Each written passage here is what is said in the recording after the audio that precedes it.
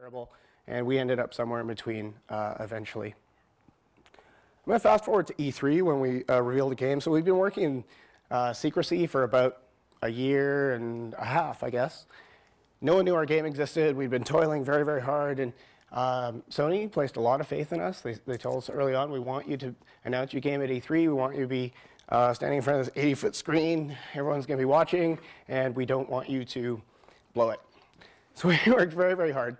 And the message was that any of you can make a fun original track in 5 minutes. That's what we promised people. People were, wow, that's amazing.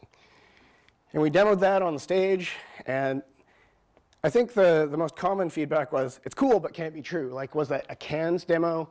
If it wasn't cans, well, obviously Ed Norton has practiced it, because James Grieve, our tech director, looks a lot like Ed Norton. So all the forums like, oh, Ed Norton. To be fair, they called me Bobby Lee, so fair is fair. But what we took from that was, well, here's a confession, actually. At that E3, even though the demo was impressive and people were very excited to do it, and we promised them you could make a fun track in 5 minutes, there's exactly one person in the world who could actually make a track in 5 minutes, and that was James. Because, yeah, there's a lot of polish that we needed to do. For instance, well, here was the state of it at the time. I mean, it was starting to look better. We had the steamroller, and you could drive around. We got more props in there. We got some effects, like we had this sort of ribbony thing going on. It looked like you're paving hot asphalts in real time. The time of day was pretty impressive. Oh, we're also populating things like bridge canopies and guardrails and berms, and so it was looking better and better all the time. But the prop editing was still very, very sketchy. It was tough to place things precisely. We weren't really getting stellar results. James was getting stellar results because I think he did the demo like 200 times. Also, it wasn't really that fun because we didn't have good constraints on it. These carts you see in the background actually couldn't navigate that elevation change. Because we're using real-time physics and weights and stuff, like the AIs just couldn't drive around, so it wasn't really fun. We soldiered on. Our next big demo was at Gamescom in Cologne, Germany, and it was another milestone for the team to really sort of try to live up to the promise of E3. Because we did have a lot of people excited about it, but also some naysayers. And so we set ourselves the goal that we're going to put this track studio in the hands of journalists and prove that it actually is easy. We're going to allow them a bit more than 5 minutes. We're going to allow them 20. What we found testing it internally was it was very hard for someone who had never touched the game, never played it, a lot of them unfamiliar with the game still, to actually go into Track Studio and build something. So we actually gave them some drawings to work off of. And we wanted them to edit the terrain. We wanted them to be able to drive out the track.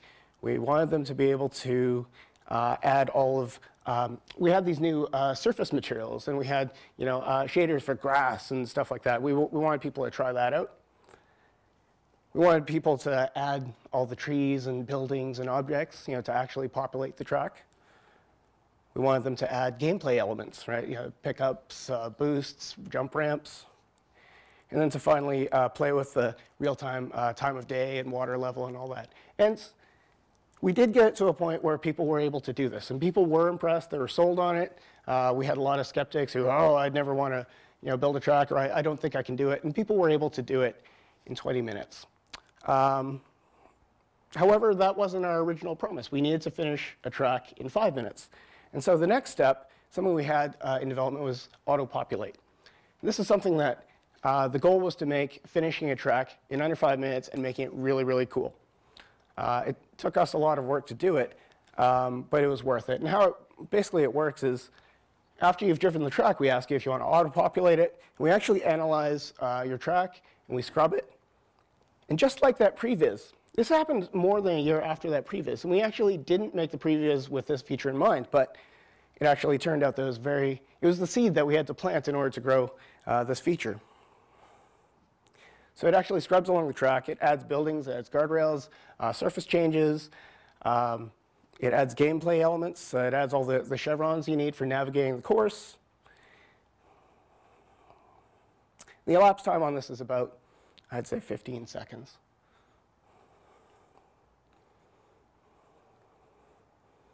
So in the end, you can actually do in about 2 minutes what it took James to do in 5 minutes at E3. And this was very, very powerful. People were pretty blown away by this.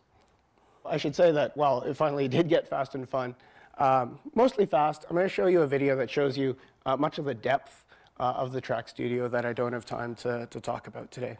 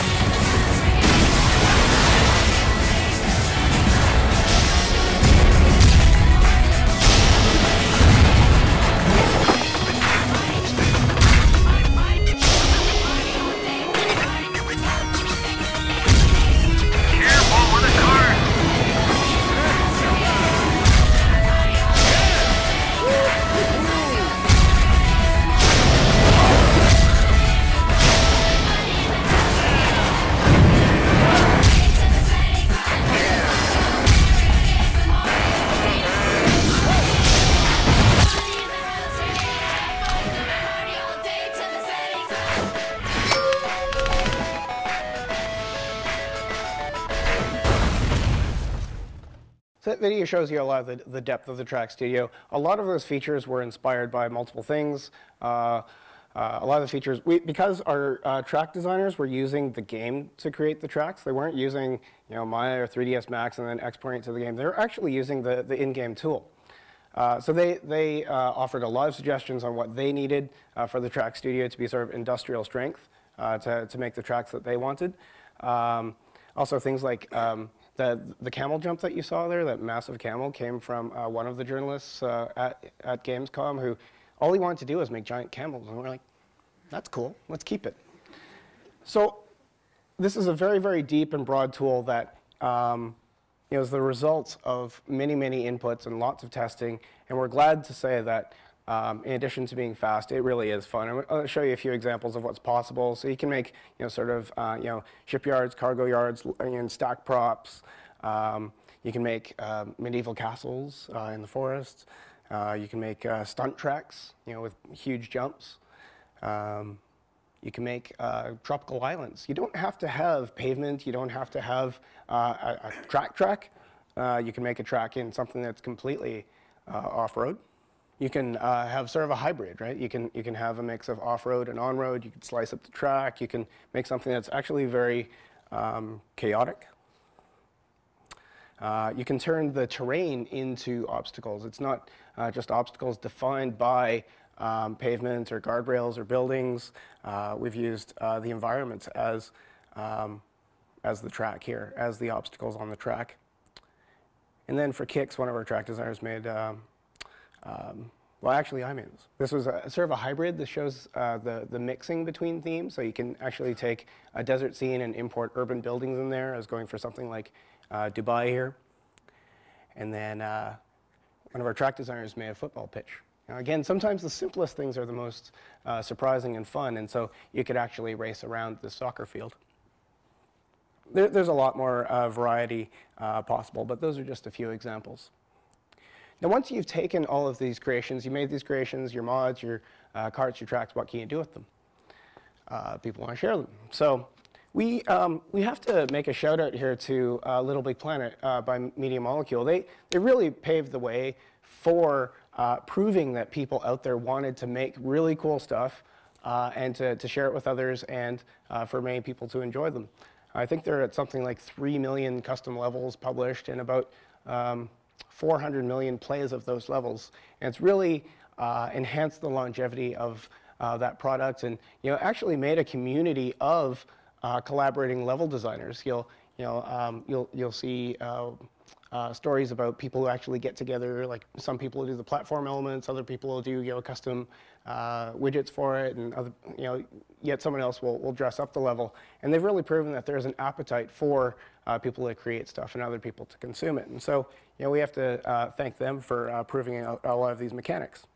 We have a number of ways for people to consume it. You can search for creations by popularity, by the scores, by the newest stuff, stuff by your friends, stuff by you can search for stuff by name. You can browse all of the creations visually, and they all have ratings, star ratings, and download counts and whatnot. One nice thing about sharing is going back to pinball construction site, we wanted to automate a lot of the sharing. So if you're playing an online race and you don't have a custom track, we automatically download it for you. So it's very nice. So you accumulate lots of stuff very, very quickly. You can meet people in our game in a social hub called the Mod Spot. And anyone you meet, you can actually look at their stats. You can look at their details. You can look at their rank level. But you can also look at their creations. And this was inspired a bit by an art culture called artist trading cards, and it's something that my mother does. I'm really happy to say that my mother inspired something in our game. What it is if you're not familiar with it, people make custom pieces of art that are the same size as a hockey card. They actually take binders of these creations to meets in cities all over the world, and they trade stuff. People look at other people's binders, and they trade stuff, and they get cool new original art. And so anyone you meet in the game, you can actually sort of look at their trading cards, and you can download all of their custom creations right on the spot. You can favorite your creators, so you can sort of subscribe or get to know people that, or interact more often with people that are in tune with you. Also, we push a lot of content into the mod spot. Every day we update it with the most popular mods and carts. So you can just drive up to these and view their stats, download them right on the spot. For tracks, we have a kiosk called the Top Track Series. So again, the top tracks every week get showcased in this series. So you can just drive up to this thing and you enter a 5-race series with the most popular and the best tracks out there. We also have a feature called Hot Lap, and this is an online daily tournament where we change the track every day, and people will drive up to this kiosk and basically do a time trial on it. So recording their best times. We keep a leaderboard on this. We're going to update this with user-generated tracks. So we really want to push the best original content in a place where people are incentivized to go check it out. This is a lot of fun. So in sum, we have a game that has a lot of great arcade racing. We have very, very sophisticated creation tools and customization tools, and you're able to share all of that. And the goal for all of these features has to be fast and fun. And this is the obligatory plug. The game is coming out May 25th. You saw May 18th later. I think it's May 25th. But we hope you can all check it out. We've got a few kiosks outside. You can check out the creation tools. You can check out the gameplay. You can play split screen against some of our QA staff who are manning it. They'll kick your butt. They kick mine all the time.